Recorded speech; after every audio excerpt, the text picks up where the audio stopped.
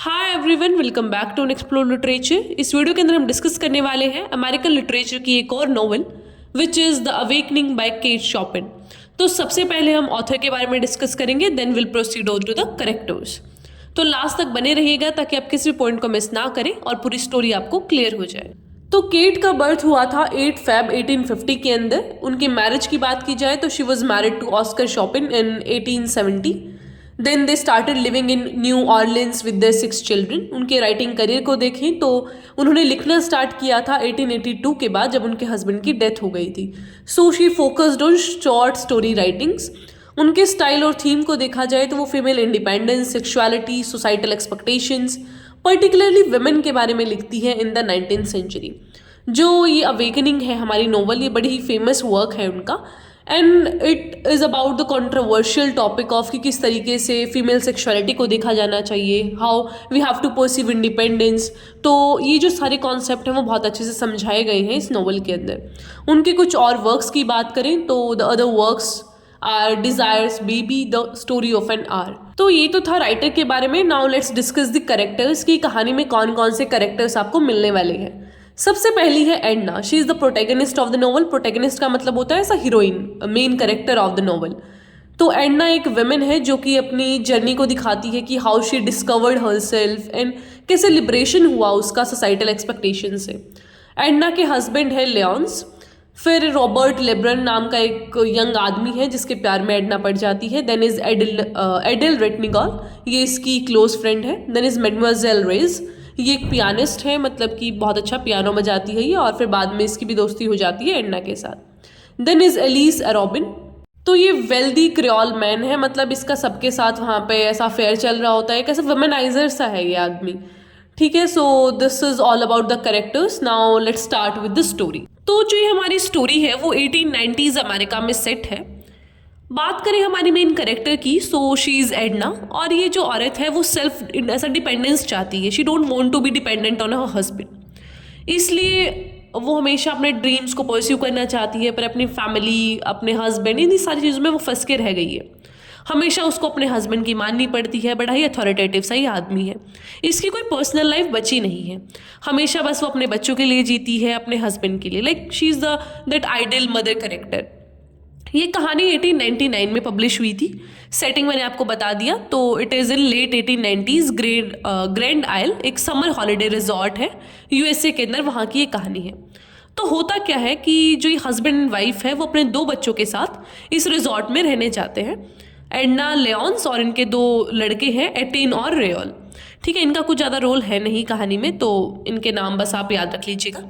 तो जब ये जाते हैं वहाँ पे तो क्या होता था कि जो ये अमीर लोग होते हैं ना, वो अपने ऐसे बीवी बच्चों को छोड़ देते हैं रिजॉर्ट में कि यार आप ऐसा छुट्टियाँ मनाओ, वो अपना काम पे गए। तो इस तरीके का ये फैमिली स्ट्रक्चर है यहाँ पे। अब वहाँ पे क्या होता है, उस रिजॉर्ट के अंदर एडना एक दोस्त बनाती है। ये बड़ी ही ऐसा फ्री माइंडेड लेडी होती है, एडेल रेटनिगॉल, जिसको एडना दोस्त बनाती है। तो यहाँ से एडना सीखती है कि यार किस तरीके की औरत है ये, मतलब कितना फ्री माइंड रहती है, ना कोई बाउंडेशंस है इस पे, और एक मैं हूँ जो कितने बंधनों में बंधी हुई हूँ। क्योंकि जो इसका पति है लियोन्स, वो उसको कभी नहीं करने देता जो वो चाहती है।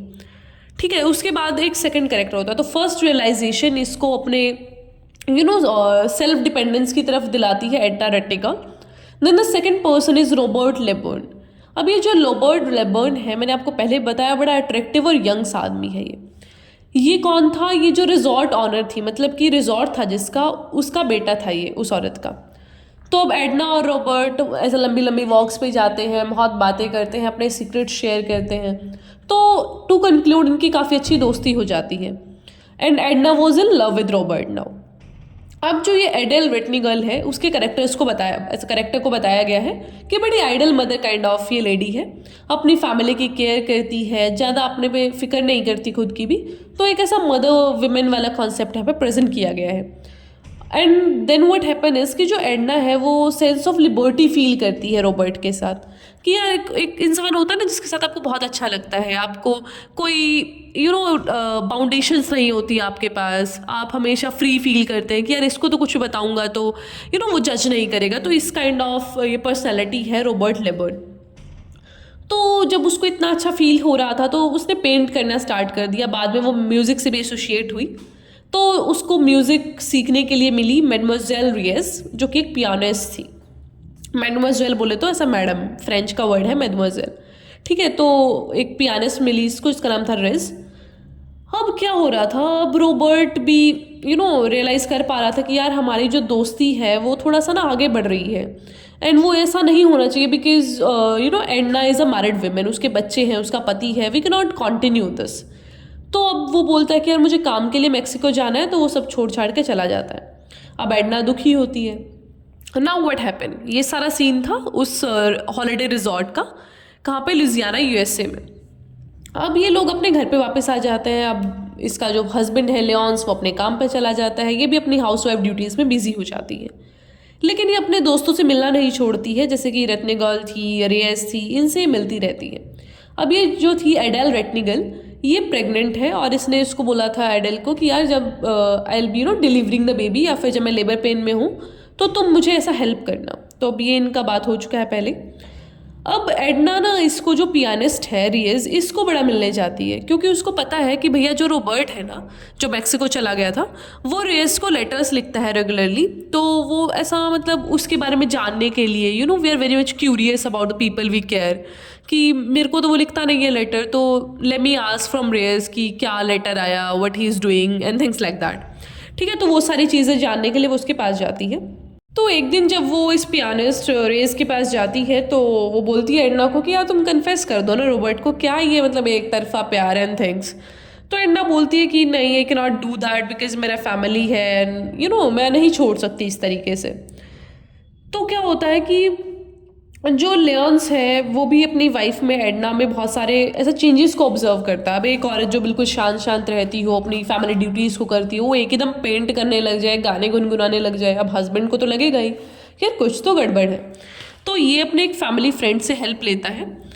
तो अब जो वो फैमिली फ्रेंड था, वो मतलब उसको समझ आ जाता है कि भाई इसका अफेयर चल रहा है किसी के साथ, बट वो लियोन्स को नहीं बताता है इसके बारे में। वो बोलता है कि तुम उसको अकेला छोड़ दो, वो खुद ही ठीक हो जाएगी।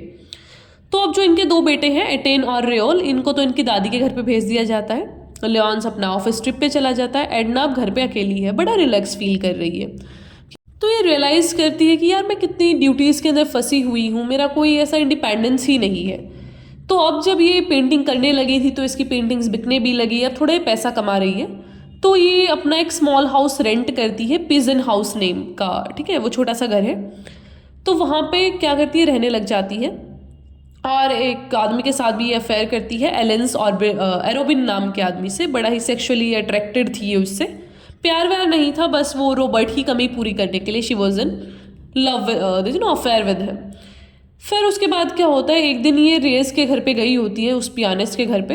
तो वहाँ पे रॉबर्ट मिलता है इसको रेंडमली, ना तो उसने कभी इसको बताया था कि वो आया है ना, ऐसा रेंडम सा रहता है कि ये जाती है और उसको मिल जाता है। अब रॉबर्ट इससे बात ज़्यादा नहीं होती है इसकी, तो रॉबर्ट एक दिन क्या करता है, इसको विजिट करता है इसके पिजन हाउस में। एडना बड़ी खुश होती है। फिर रॉबर्ट बोलता है कि यार देखो, मैं तुम्हारे पास अब नहीं रह सकता, like we can not continue this because तुम ऑलरेडी एक फैमिली इंस्टीट्यूशन में हो, ठीक है। तो वो सारी चीज़ें अच्छी नहीं लगती हैं। तो तभी हाउस हेल्प आती है इसकी, रेटनेगेल की, जो इसकी दोस्त थी, कि यार देखो वो लेबर पेन में है तुम्हारी दोस्त, and she is asking for you. तो एडना इसको रॉबर्ट को बोलती है कि तुम रुकना, तब तक मैं उसके पास से आती हूँ। तो फिर ये उसके पास चली जाती है। तब तक एडना वापस आती है तो रॉबर्ट जा चुका होता है। तो वहाँ पे एक नोट वो छोड़ के जाता है कि I love you but we can not continue करके, कि यार देखो एडना, प्यार में तुमसे बड़ा करता हूँ, बट ऐसा ही सिचुएशन है हमारा, तुम अपनी फैमिली के ऐसा इंस्टीट्यूशन में हो, we can not just continue it. तो अब ये जो एडना है वो बड़ा दुखी हो जाती है कि यार ऐसा कैसे हो सकता है, I can not leave without him, ठीक है। तो वो सारी चीज़ें रहती हैं। तो अब ये क्या करती है, जो रिसॉर्ट था उसमें दोबारा से चली जाती है, ग्रैंड आयल करके, और वहाँ पे वो बिल्कुल नेकेड खड़ी रहती है वाटर में, और प्लेज करती है कि वो किसी को भी अपना ऐसा राइट नहीं देगी कि वो उसकी लाइफ को गाइड करे, वो अपनी जो लाइफ है उसको खुद गाइड करेगी, किसी को कोई हक नहीं है उसकी ज़िंदगी के डिसीजंस लेने का। तो उसको स्विमिंग आता था, तो वो स्विम करती रहती है, तब तक करती है जबकि उसका बॉडी ऐसा पैरालाइज नहीं हो जाता, and finally she died in the water. तो इसी सैड एंडिंग के साथ हमारी ये जो पूरी कहानी है वो कंप्लीट होती है। आई होप आपको समझ आई होगी। अब इसके थीम्स को देख लेते हैं। So our first theme is female independence and identity की जो हमारी एडना है वो कितना स्ट्रगल करती है ट्रेडिशनल नॉर्म्स को तोड़ने का and to assert her independence, लेकिन at the end she tried but she died, ठीक है। तो वो सारी चीज़ें हैं। Then the second is sexuality and desire. जो पूरा नोवेल है वो एक्सप्लोर करता है एडना की अवेकनिंग को टूवर्ड्स हर ऑन सेक्सुअलिटी, उसकी डिज़ायर्स, फिर जो सोसाइटी की पूरी एक्सपेक्टेशंस हैं उससे, वो बहुत ही कॉन्फ्लिक्टिंग थी उसके डिज़ायर्स से। Then social expectations and the constraints की किस तरीके से जो 19th सेंचुरी अमेरिका है उसमें विमेन को, पर्टिकुलरली मैरिड विमेन को मदरहुड, डोमेस्टिसिटी, इन सारी चीज़ों से घिर के रहना पड़ता था, उसकी कोई इंडिविजुअलिटी नहीं थी। Then the fourth theme is freedom and confinement कि जो एडना है वो डिज़ायर करती है फ्रीडम, लेकिन जो उसकी मैरिज है, सोसाइटल एक्सपेक्टेशंस है, वो उसको कंस्ट्रेन करके रखते हैं। नेचर एंड सिम्बॉलिज्म, जो अवेकनिंग पूरा हमारा नॉवल है उसके अंदर नेचर को as a symbol of freedom दिखाया गया है। व्हेन शी स्विम, तो वो पानी के अंदर होती है and finally she attains that freedom in the form of death. Then the last one is self discovery and individuality कि कैसा पूरा उसका जर्नी रहता है सेल्फ डिस्कवर करने के लिए, उसकी आइडेंटिटी को और सोसाइटल नॉर्म से हटने को। तो वो सारा जो हमारा प्रोसेस था, how she transcend the limits, और किस तरीके से उसने पूरी चीज़ों को छोड़ा and how she got that awakening at the last, तो उसको ही सेल्फ डिस्कवरी का पाथ यहाँ पे बताया गया है। बात करें सिम्बल्स इन द नॉवल, तो सबसे पहला है सी को दिखाया गया है as a symbol of freedom, escape. फिर है बर्ड को भी एक ऐसा सिंबल दिखाया गया है जिसको one who is longing for the freedom. Parrot, मॉकिंग bird, तो ये जो बर्ड्स हैं इनके सिंबल को इसी तरीके से दिखाया गया है कि वो बंधे हुए हैं एक केज के अंदर and they want to attain the freedom.